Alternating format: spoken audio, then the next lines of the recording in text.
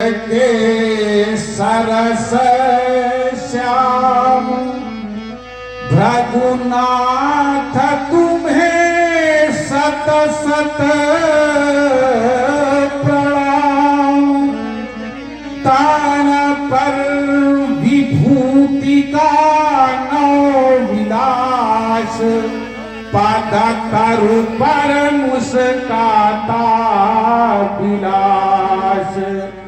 तुम ब्रह्मचर्य व्रत पालक हो, तुम ऋषि मुनियों के सहायक हो। शुभ ज्ञान राशि के शुभ प्रहरी, वाणी के स्वयं विधायक हो। निसकलु सकल की दिव्य छटा दे रही आज पावन प्रतिभा।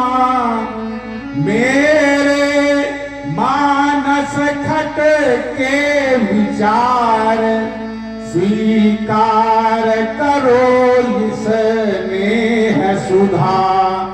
ऋषिराज तुम्हारे वंदन का नंदन भन का नंद धाम।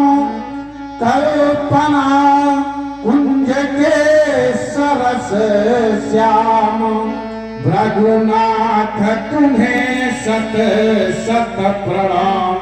महात्मा के चरणों में विजय का प्रणाम। क्षत्रिय वंश में तुमने जन्म लिया है और क्षत्रिय वंश के प्रति हमारा व्यवहार बड़ा कठोर रहा है। क्षत्रियों को एक बार नहीं, दो बार नहीं, 21 बार मैंने अपने फांसे से दंडित किया है। 21 बार राजाओं के मस्तकों पर मैंने अपना पलश चलाया है। शीलध्वज, मैंने उन्हीं राजाओं के मस्तकों पर अपना पलश चलाया जो अत्याचारी थे, प्रजा के शोषक थे, वैदिक मान्यता का तिरस्कार कर संत और ब्राह्मणों का अपमान करने वाले थे। ऐसे राजाओं को मैंने 21 बार दंडित किया। परंतु जो राजा धर्मात्मा थे, अपनी प्रजा का पालन पुत्रवत करते थे, राजधर्म के नियमों को स्वीकार कर संत और ब्राह्मणों को सम्मान देते थे, ऐसे राजाओं को मैंने कभी दंड नहीं दिया। मेरे कहने का अर्थ यह है कि जो धर्मात्मा राजा थे उनको मैंने कभी छेड़ा नहीं। जो धर्मात्मा राजा थे उनको मैंने कभी छेड़ा नहीं, और जो अधर्मी राजा थे, अहंकारी राजा थे, ऐसे राजाओं को मैंने कभी छोड़ा नहीं। तुम धर्मात्मा राजा हो, अस्तु तुम्हारे जैसे धर्मात्मा राजा की हमारे देश को सदैव आवश्यकता रही है और सदैव आवश्यकता रहेगी। इसलिए तुम्हारे लिए भी हमारा आशीर्वाद था, हमारा आशीर्वाद है और हमारा आशीर्वाद रहेगा। कल्याण हो, यशस्वी हो। श्रीये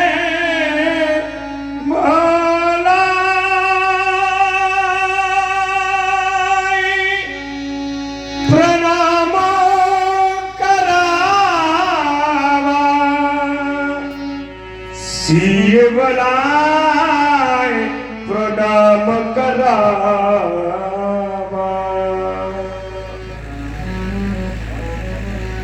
ठहरो सी अंधोजो, किस कन्या से प्रणाम करवा रहे हो? इस कन्या को देखकर मुझे ऐसा लग रहा जैसे कैलाश पर्वत की पवित्र कुटिया को छोड़कर मेरी गुरुमाता मैया पार्वती बालिका स्वरूप धारण कर मैथिल प्रांगण में उपस्थित हो गई हो। अस्त मेरी हृदय उद्गारित अभिव्यक्तियां बारंबार ऐसा अभिव्यक्त करती हैं। ये सुंदरता की दिव्य मूर्ति सी अरुणा गंगा सी लहराती,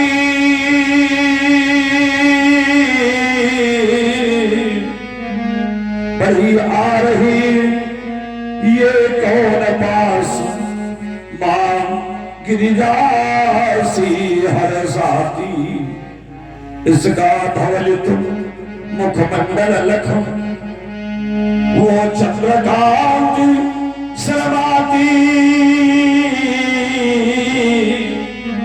और विद्युत प्रतिभासी उज्ज्वल निज दंतावली दमकाती भाल विशाल बिलो की बाल तुझ राज समोह न जाती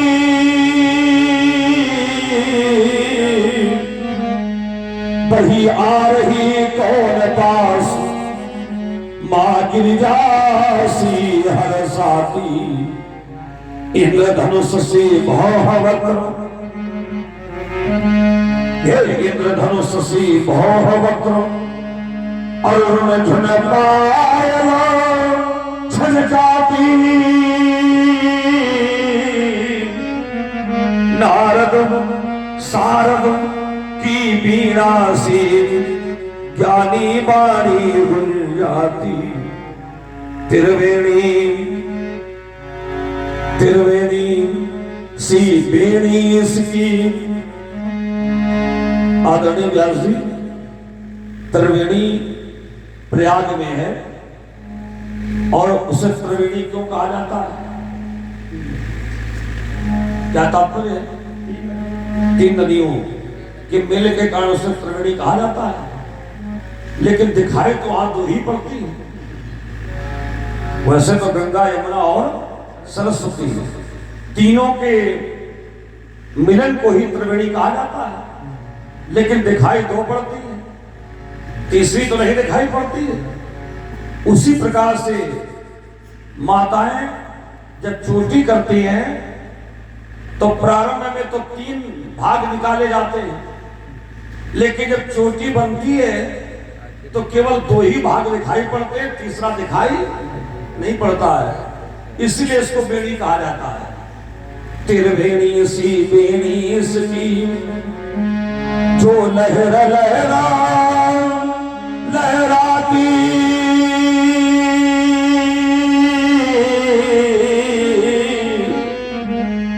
ये वही आ रही है कौन पास मां गिरिजासी हर साथी। जनक की दुलारी कौन, जनक की कुमारी कौन, कितनी अनुपम दिव्य छटा से कन्या तुमने पाई, महाक्रांति की चिंगारी बन तेरे घर में आई। बोलो बोलो निकुल भूषण ये राज दुलारी कौन, जनक की राजकुमारी कौन, अबलाओं में आदर्श मूर्ति सतियों से पति सेवी, कैसे मिली जनक है तुमको, जनक है तुमको ये घर घर की देवी। बोलो बोलो निकुल भूषण ये राज दुलारी कौन, जनक ये राजकुमारी कौन। महात्मा बालिका का परिचय आपका आदेश है, अवश्य कहूंगा।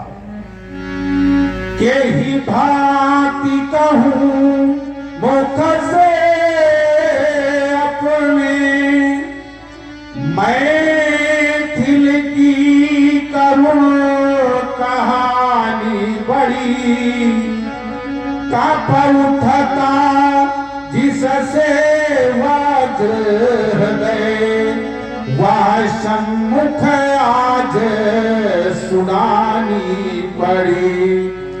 इस जग भूमि पर चहुए सदा वेद ध्वनि की गुंजार रही, शंख ध्वनि यज्ञ वेदियों पर शुभ मंत्रों की झंकार रही।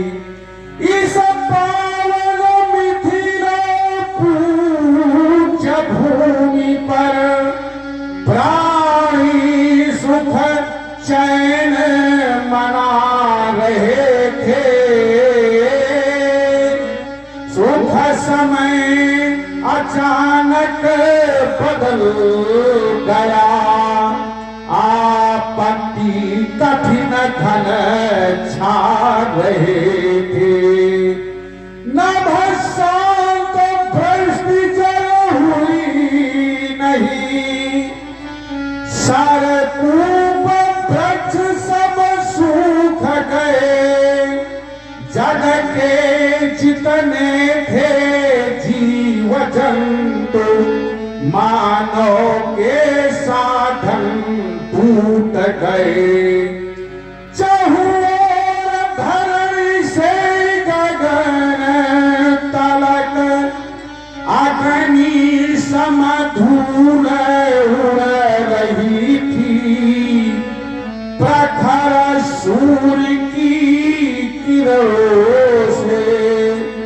पग पग पर भूमि जल रही थी, था ऐसा घोर काल पड़ा, थी दशा भयानक मिथिला में, तब वीराधारी देव ऋषि आ गए अचानक मिथिला में। श्री नारद के कथनानुसार हम देव प्राणी कृषक बने, कंचन का हल ले हाथों में, हम जोत रहे थे वृषभ बने। दक्षिण दिश में रुक गया तभी हल, एक रतन सिंहासन भार लिए, उसने मुझको भी दीख पड़ी, बालिका मानव पुत्री श्रृंगार किए।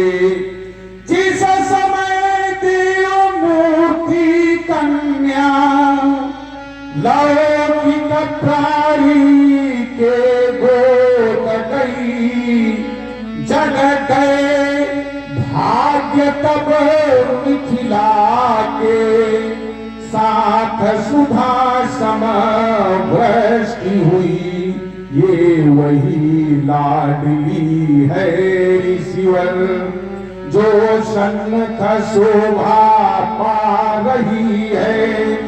दो आशीर्वाद से ऋषिवर, यह आशीर्वाद चाहती है। महात्मा बालिका का नाम नारद जी के द्वारा सीधा रखा है। तुम्हारे राज्य में अकाल पड़ना नहीं चाहिए। अकाल उस राजा के राज्य में पड़ता है जो राजा विद्वानों का भाग मूर्खों में बांट देता है। जो राजा अपने राज्य में कन्याओं की हत्याएं करता है, करवाता है, और जहां पर सम्माननीय व्यक्तियों का अपमान किया जाए और तुष्ट व्यक्तियों को सम्मान दिया जाए, उस राजा के राज्य में, उस परिवार में, उस घर में दरिद्रता, भय, मरण इनको बुलाना नहीं पड़ता, ये स्वयं चल करके आ जाते हैं। शिव जी कहते हैं, शिव महापुराण अंतर्गत अपूज्या यत्र पूज्यते पूजनीयो न पूजते तत्राण तीन भविष्यन्ति दारिद्र्यम मरणम भयम। जहां पर अपूज्य व्यक्ति का सम्मान किया जाए और सम्माननीय व्यक्तियों का अपमान कर दिया जाए, उस राजा के राज्य में ऐसी परिस्थिति का आगमन होता है जैसी परिस्थितियां आपने अभी अभी बताई।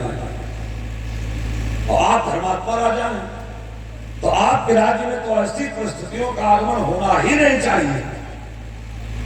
लेकिन कभी कभी धर्मशास्त्र ये भी कहते हैं कि अच्छे कर्म करने के बाद में भी यदि हमें अच्छा परिणाम प्राप्त न हो, तो ऐसी विषम स्थिति में हमारा प्रारब्ध ही हमारा बाधक बनता है। हो सकता है तुमने इस जन्म में कोई ऐसा कार्य ना किया हो, लेकिन तुम्हारा प्रारब्ध कर्म कोई ऐसा रहा होगा जो धर्म युक्त आचरण करने के बाद में भी तुम्हारे राज्य में अकाल पड़ा। समाधान मैंने स्वयं निकाल लिया। यद्यपि शंका तो हमें हुई, लेकिन समाधान हमने स्वयं निकाल लिया। और अकाल जब पड़ा तो नारद जी ने आकर के कहा कि आप हल चलाएं, और आपने नारद जी की बात को मान करके हल चलाया। तो हम ये नहीं समझ पा रहे हैं कि हल चलाने से क्या पानी बरसता है? हल से और पानी से संबंध क्या है?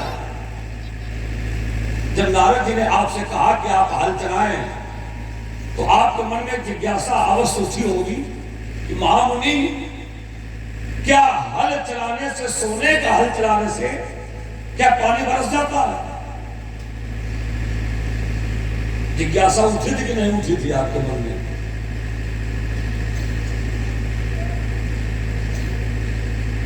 आप बोलिए, उठी थी ना? तो नारद जी ने कुछ आपको उत्तर दिया था?